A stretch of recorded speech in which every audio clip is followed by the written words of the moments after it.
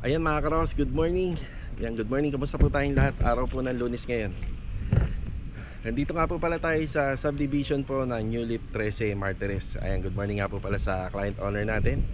Bali ngayong araw po ng Lunes, May 25. Bali ngayon po yung uumpisahan itong project. Bali meron po tayong isang taong iiwanan po rito para po sa preparasyon po ng ating mga foundation plan. So ito mga karos, samahan niyo pumili kami ngayong araw na to at magbibigay din tayo ng update sa mga iba pang ongoing project natin. So let's go. Tara. Sinundo natin si Kuya Chris. Nag-abroad ka na? Nag-abroad ka? Sa likod tayo kaya. Kasama natin si Master Jojo. Good morning. Good morning. Bilo, good morning. Good morning. Kay Kuya Chris, good morning. Sir. Yan na. Tara, diretso tayo sa New Leaf Subdivision dito sa may 13 Martires. May bibilin muna tayo sa hardware bago tayo pumasok ng subdivision. Yan na, cut off disc lang at saka yung tansi. Ano natin? Tansi. Tyrolet na cut off disc, matagal maubos to. Tsaka ito. Ito lang muna yung binili natin. Laga. Op, yeah. Pakihawakan. Tara. Yan, unang purchase ng consumable materials para sa New Leaf Project 580. Dito na tayo mga karos. Ayan. Layout muna. Ang problema, nakalimutan ko pong bumili ng alambre. Wala sa isip natin. Ito nga po pala yung mga gamit na dala-dala natin. So, kulang pa po to. May piko, may pala. Kulang pa to no, yung sa bareta. Tapos may dala akong bakal dito. Ano po to? Sarili kong materials. Ipo-pull out ko na lang po to kapag naging okay na po dito na hindi na siya gagamitin. Tapos yun nga yung binili natin, yung sakato. Pumili tayo ng tansi at saka ng pilox. Nakalimutan ko bumili ng alambre kasi kailangan natin yun. Ito lang, ganito lang kasimple yung gagamitin nating istaka rito kasi hindi naman po malalalim yung foundation dito. So layout lang siya para sa hukay. Tsaka humiling si client kasi na hindi na po masyadong maging magastos pagdating po sa materials. Kaya ang ano natin dito, ang gagamitin natin pang staka, bakal lang. So ibabaon natin siya sa lupa, alambre natin. Doon natin pakakapitin yung mga nylon o yung tansi para sa guide. So iwan ko muna sila saglit. Nakalimutan ko bumili ng alambre. Ayan yung building permit, kailangan naka ano yan. Yung tarpaulin, kailangan naka-alambre po yan para hindi liperin ng hangin. Tara. Salamat. Okay na tayo dito sa hardware. Uy! Good morning! Dito kami sa New Leaf, first day. Unang araw. Oh, dito rin. Oo nga, nakita ko nga yung sasakyan. Pa-pull out na. Sige, sige ha. Ayan, tao ni Sir Ray at saka ni Ma'am Rachel. Ayan. Saka pala, 2 kilong alambre at saka concrete nail lang yung binili natin dito. Ayan. 185.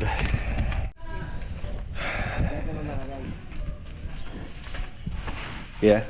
May pako po dyan, di uno. Kung sakaling kailanganin. Ayan na. Right!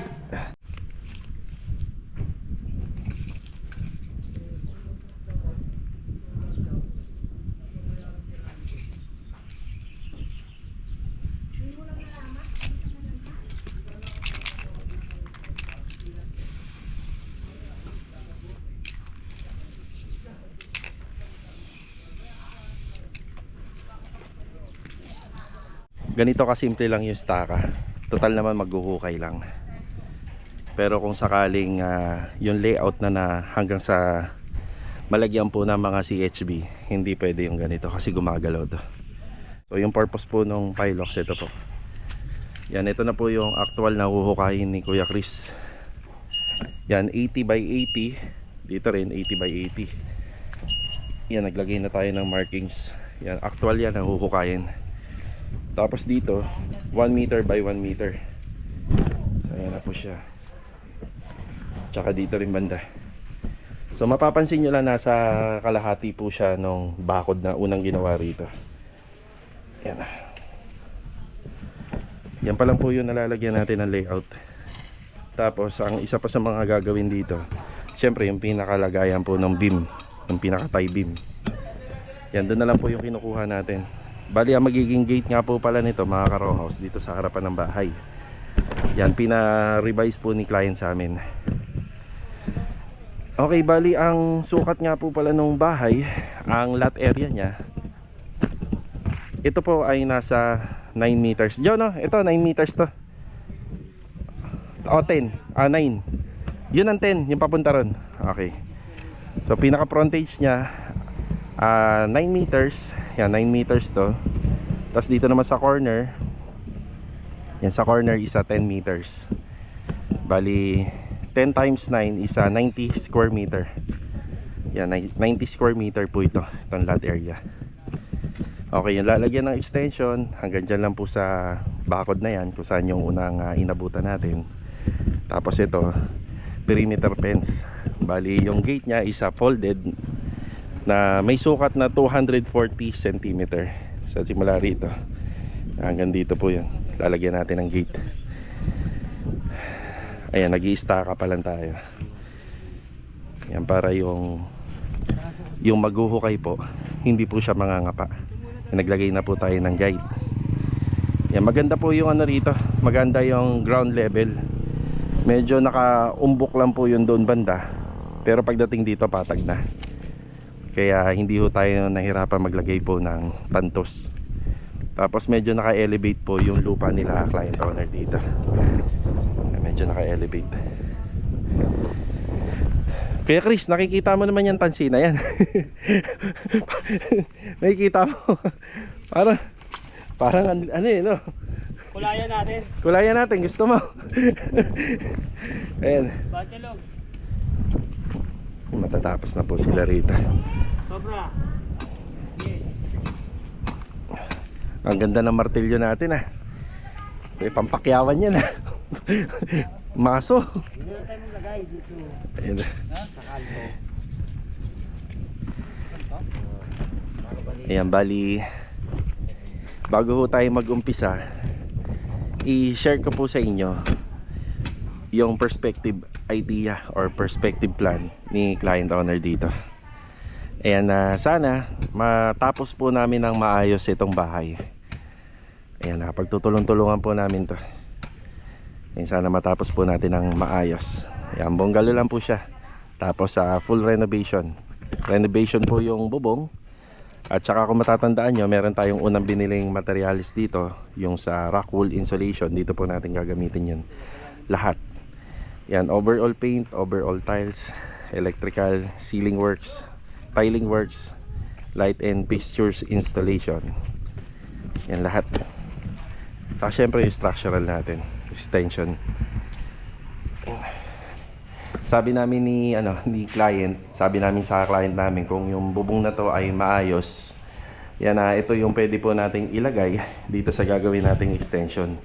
Pero ang ano kasi natin dito, ang renovation ng bubong, kaya tatanggalin po lahat to. Hindi po tayo magdudugtong dito. Yan, bali gagawin po nating isa yung bubong dito. Yan, parang matatanggal po tong eaves na to. Yan, matatanggal po siya. Tapos maglalagay pa tayo ng additional roofing framing dito. Yan. Dito yung ano, yung bintana, tapos may pintuan pa po tayo rito. Tapos ito, magkakaroon ng bintana ho to. Yan, tingnan natin kung itong bintana na to, kung ang sukat nito ay pwede na po nating ilagay rito. Yan, kasi mawawala na po ng size itong bintana na to. Tapos mababaklas po rin ito. Yan, check natin kung pwede po siya ron.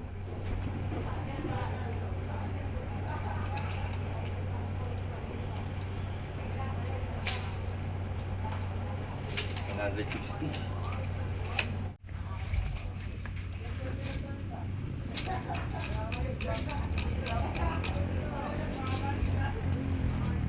Pwede. Pwedeng mailipat ang bintana.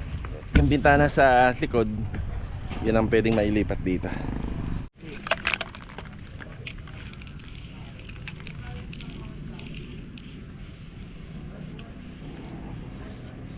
Bulan kaya mabubura yan. Hindi yan mabubura.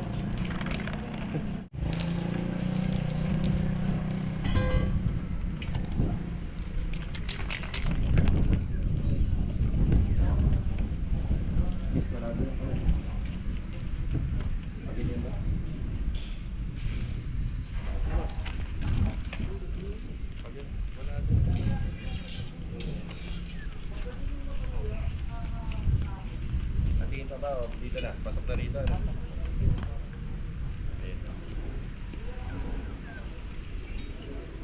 pa rin naman kasi ito. Oo. Pero ma-adjust ang ito yung port.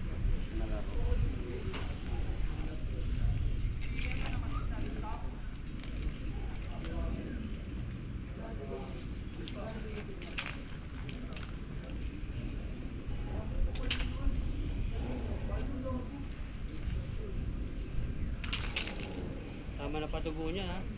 Slab din yung ano nito. Ayan o, yan o lang, zero lang. Hindi yan design mo. Ang lang. Sa unang plano niya mababa hanggang dito. Oo. Dito. Buwong. Oo. Baba na yun, mainit yun. Ayan, tatanggalin lang natin ito eh. Duduk ko lang ito eh. May doktor na tubula. Pwede pa nga natin iangat yan eh.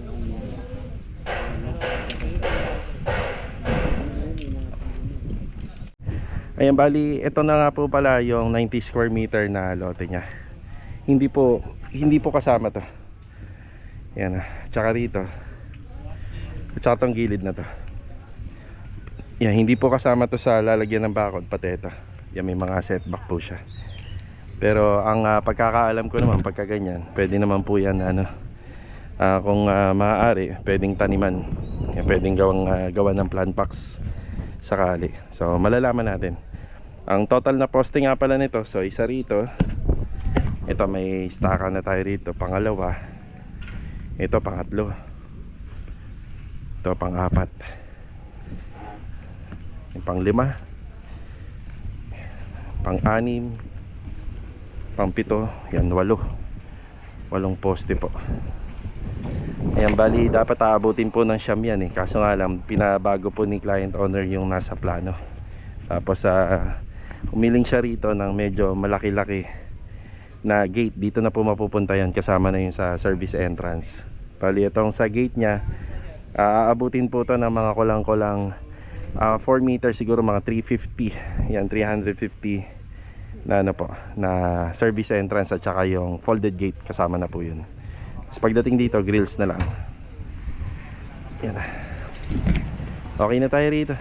Mga kailangan ni Kuya Chris. Mamaya dadaling ko yung kartilya. Yan, tinatakpan ni Kuya Chris yung mga clean out. Lalim. Yan. So yung lalim, Nakakalula. 80. Nakakalula. Kayang-kaya, basic na basic. 80 cm lang. Tapos dito lang yung Yan, dalawa lang naman 1 meter. dalawa lang yung 1 meter by 1 meter. Yan. Kuya, baka mabasa po to yung plano. Yan. Iwanan natin si Kuya Chris na may inom na tubig rito. Wala siyang tubig. Kuya, una na kami. Pakabait ka dyan ha, pakabait ka. Stay in po si Kuya Chris dito. Kailangan lang naman ng authorization sa may-ari. Kapag ka pumayag yung may-ari magpa-stay in, pwede naman. Babalik po tayo rito mamaya, gawa ng kulang yung gamit ni Kuya Chris. Hinira na kagad oh. Kuya, parang tapos na kagad malambot matigas. Malambot Malambot lang sir. Malambot lang. Malambot na medyo matigas. Mukhang pakiramdam ko matatapos kagad yan. Yan okay na po muna tayo rito. Ayan, bali pupunta nga pala kami sa hardware ngayon. Then diretso kami sa Lumina Homes Phase 2. Ayan, meron lang kaming ilang gamit pa na kukunin. Ayan, bali nasa hardware na tayo kay Ma'am Melanie Hardware. Ayan, order tayo ng local marine plywood para sa finishing carpentry sa bahay ni Ma'am Del. Ayan, dito muna kami dumaan nila Master Jojo tsaka ni Bilog. Local marine plywood.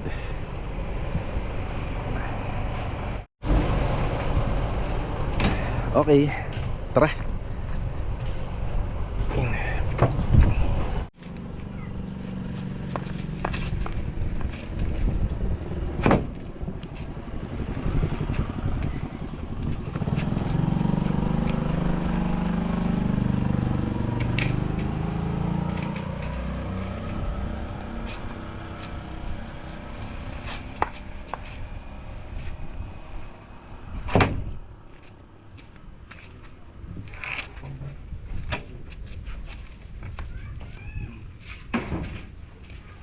Puro yan eh.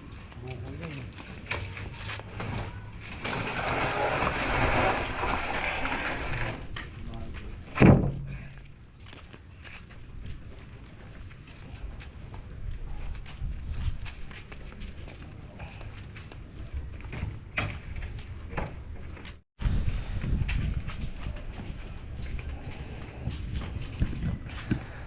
Ayan, magandang araw nga pala kila Ma'am Del, sa client owner natin dito. Kasi ito yung naging content natin na nakaraan. Pababaklas pa po natin to. Kasi ito para sa backsplash wall ng ating TNB. Tapos dito, yan, nag-deliver na nga pala tayo ng rito ng plywood. So yung paggagamitan yan dito sa TV console area, sa bar counter dyan banda, at saka sa closet. Yan, magkakaroon tayo ng closet dito. Yan, i-layout lang po muna namin to. So maganda na rin na magkaroon po ng mga cabinet, TV console, tsaka ng bar counter dito, para pagka pumesto yung mga pintor, dire-diretso, hindi sila mawawalan ng trabaho. Yan, pagtutulungan muna to ni Bilog at tsaka ni Master Jojo. Sila muna yung gagawa rito.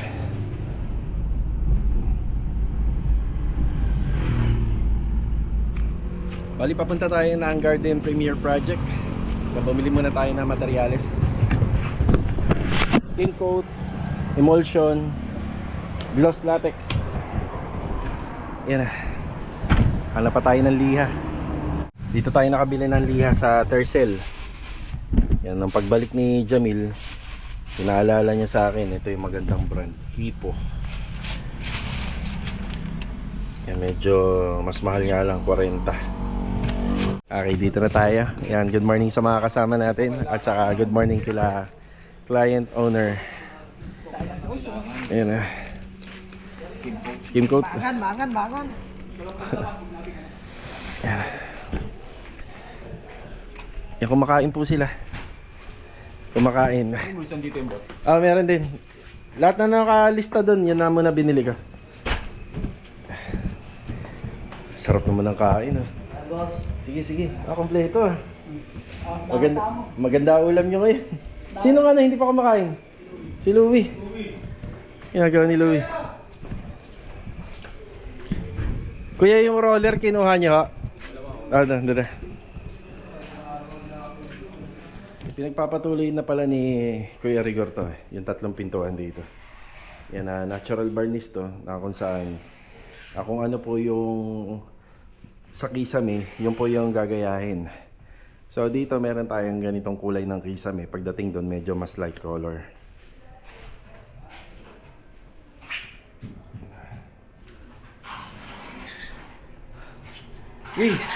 Kakain na. Kakain na. Makain na sila. Ay, kumakain na. Oo. Naka-headset ka kasi. Kakain na. Ito na yung inaasikaso rito.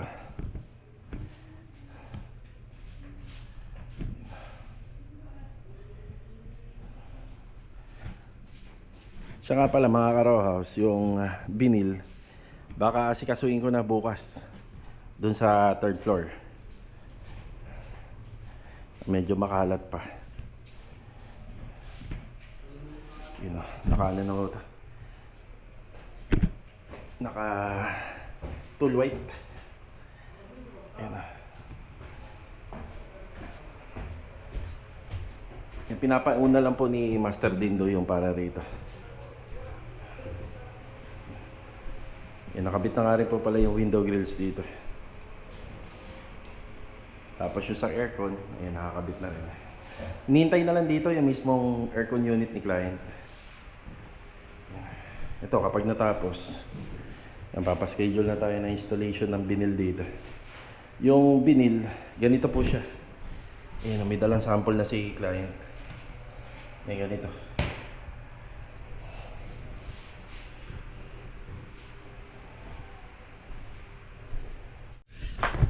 Yan, nakakarawa sa break time na yung tropa. Tapos tayo, didiretso ako ng Anyana. Yan, meron akong kailangan mga kunin na gamit doon para madala ko sa New Leaf. Yan na. Init. Grabe. Tara.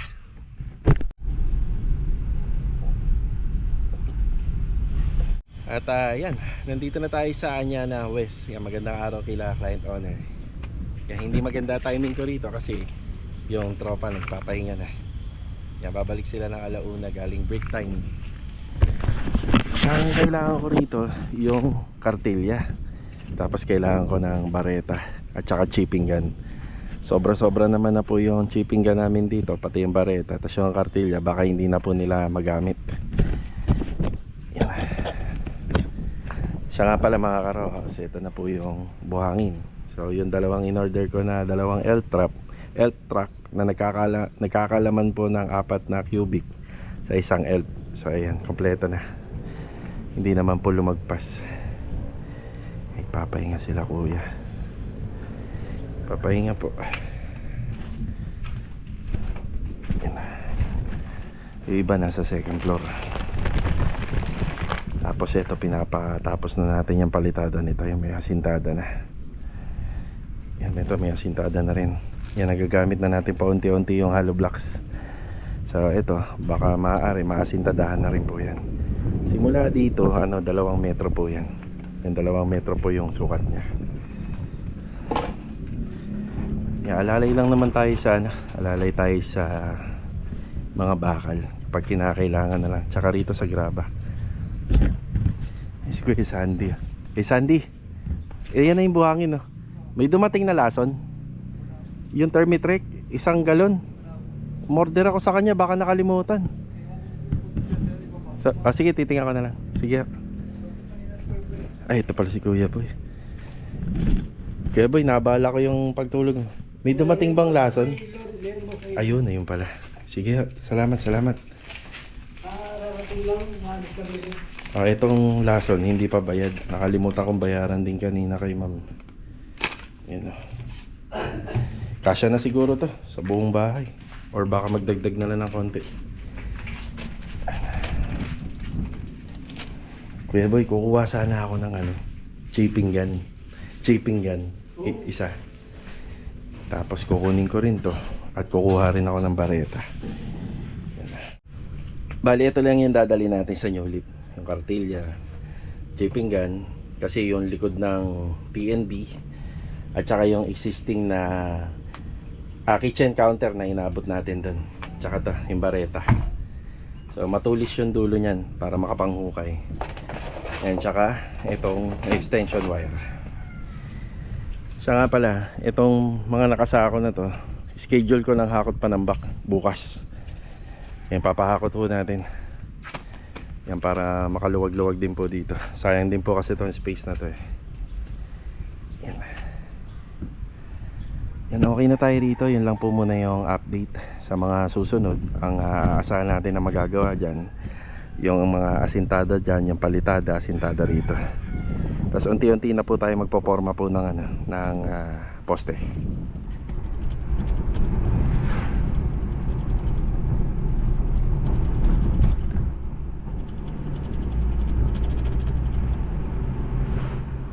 Bali mga karawas, nandito na tayo ulit sa New Leaf Subdivision. Yan, kasama po si Kuya Chris. Yan, after break time, yan, dito tayo pumunta. Bali time check, alas 4 na po ng hapon. Ito, shoutout muna kay Ruel Gabriela from Jeddah, Saudi Arabia. Yan, shoutout na rin kay Arthur Rukid. At saka shoutout po kay Hanhilhar Kojing. Yan, God bless. Ayan, ingat po palagi. So ito, update tayo sa unang araw na ng mga nagawa po rito. Yan, kapag bago yung project, yan, tinututukan po natin sa vlog. Siyempre pag bago yung project, kailangan naipakita po natin yung umpisa, yung simula, at kung ano-ano yung mga plano, sukat ng bahay, ano yung mga gagawin. Yan si Kuya Chris. Yun know. Ayan, bali, yung mga iba pang mga kailangan ni Kuya Chris galing po sa Anyana West. Ayan, bali, ngayon ko pa lang po nahatid dito. Ayan, 4:07. Hindi ko po kagad nahihatid yung mga kailangan niya. Medyo busy ho talaga. Maraming kailangan din dun sa ibang project. So, ito, ang update sa lupa nila client. Yung ibabaw medyo malambot kasi, ano siya, parang tambak, pero nung medyo malalim na ganito na, yan, adobe na, medyo matigas din. Maganda rin po yan mga karohas kung matigas yung lupa, kasi kung sobrang lambot yung nandun sa plano, ina-adjust pa po natin yun. Kung halimbawa ang lalim is 1 meter, binababa pa natin ang 1.2 hanggang sa makuha po natin yung matigas na ilalim. Mas maganda po yun, mas matigas. So ang update dito banda, lumipat si Kuya Chris. Gawa ng ang tutok kanina ng araw, nandito nagumpisa. Yan, nandiyan nagumpisa yung tutok ng araw, kaya dito yata banda yan, kaninang umaga. Tapos papunta po rito sa gilid, kaya banda rito malilim na, hindi na ganun may kainit. Yan, dito ho siya nagumpisa kanina. So wala pa nagagalaw doon, dito siya nagumpisa. Halos dito na tapos niya na, nakasama na yung beam. Kagandahan po rito, hindi na kami masyadong mahihirapan pagdating dito. Kita nyo kasi may unang bakod na. Yan, susundan na lang po namin yan. Yan, sumunod dito, hindi pa masyadong tapos siya rito. Yan, dito po siya lumipat kasi para medyo malilim naman. Yun o. Okay, share namin sa inyo kung sa manual, ang tawag po dito ni Kuya Chris, yung ginagawa niya rito is sa manual operation ng pag-excavation. So bali manual, ibig sabihin tao yung gumagawa. Nung nagkasama kami ni Kuya Chris noon, kaya niyang sa 1.2 by 1.2, kaya niya ng buong araw. Pero ilang oras lang yan, siguro mga 3 hours or 4 hours kaya niya, depende sa lupa kung matigas o malambot. Ngayon sa buong araw, kaya niyang humukay ng tatlong 1.2 by 1.2. So ibig sabihin, squareness niya 1.2, tas yung pinakalalim or depth is 1.2. So tatlong ganun kaya niya sa isang araw. So kung tatanungin niyo ako kung ano ang mas maganda, kung uupa tayo ng backhoe or manual, ay nakadepende po yun. May mga pros and cons po yun.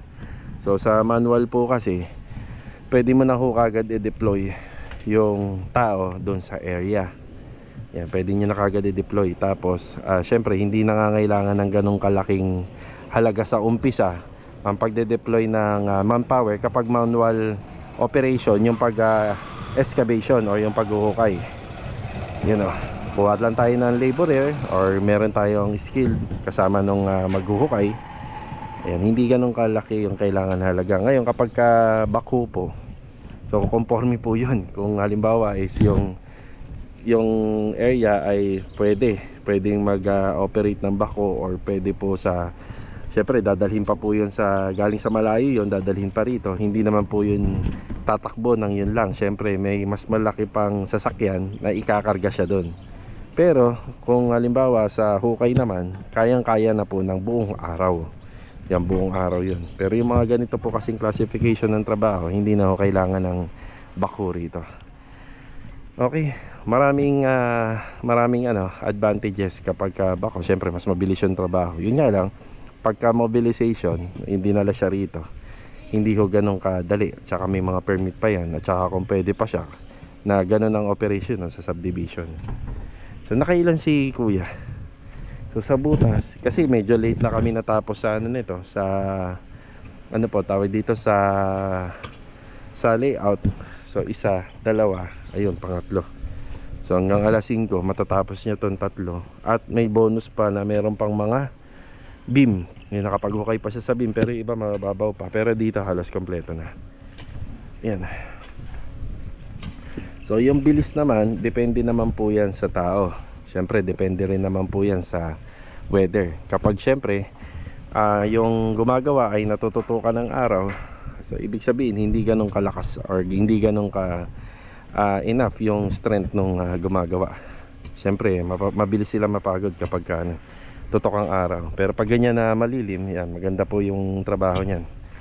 Ayan, bali wala akong idea kung after po ng 5 o'clock kung tatrabahuhin pa rin po ni Kuya Cristo, kasi si Kuya Chris kinukuha po natin siya as a contract.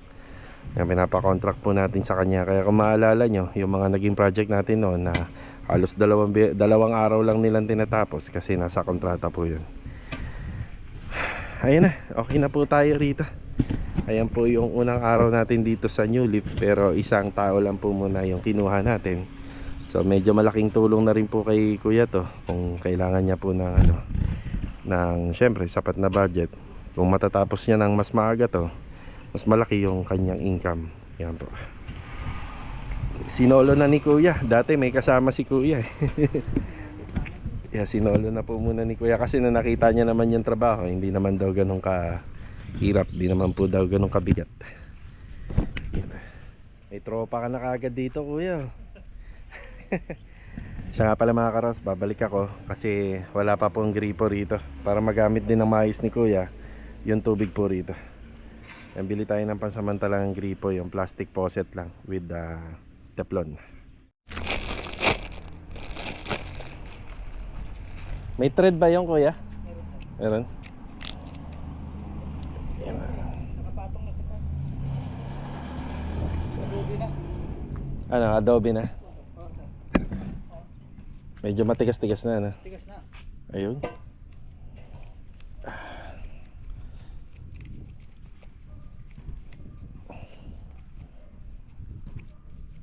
Pwede na ho to, no kuya, no? Meron naman pong hose dyan. May dinala akong hose. Patayin ko nga. Yes, sige. Saka pala mga karos, hanggang dito na lang po muna yung vlog natin ngayong araw po ng Lunes. At ito po yung mga naganap dito para sa bago nating project sa New Leaf Subdivision dito sa 13 Martires. Yan. See you on my next vlog. God bless po sa ating lahat. Ito paalam po muna. And let's go. Tara. Okay kuya, bukas na lang po.